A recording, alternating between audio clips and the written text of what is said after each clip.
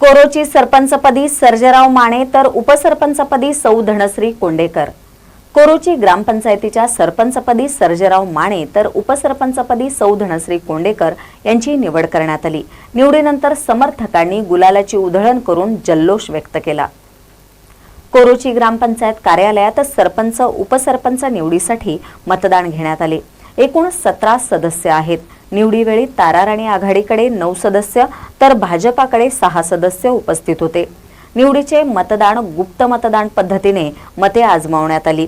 अध्यक्षस्थानी मंडल अधिकारी विजय सनगर हे होते।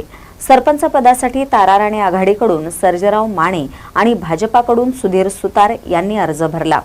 उपसरपंच पदासाठी ताराराणीकडून सौ धनश्री कोंडेकर आणि भाजपाकडून इम्तियाज शेख यांनी अर्ज भरला। गुप्त मतदान घेण्यात आले। यामध्ये सर्जेराव माने यांना 9 मते मिळाली। त्यांची सरपंचपदी निवड घोषित करण्यात आली, तर सौ कोंडेकर यांनाही 9 मते मिळाल्याने त्यांची उपसरपंचपदी निवड घोषित करण्यात आली।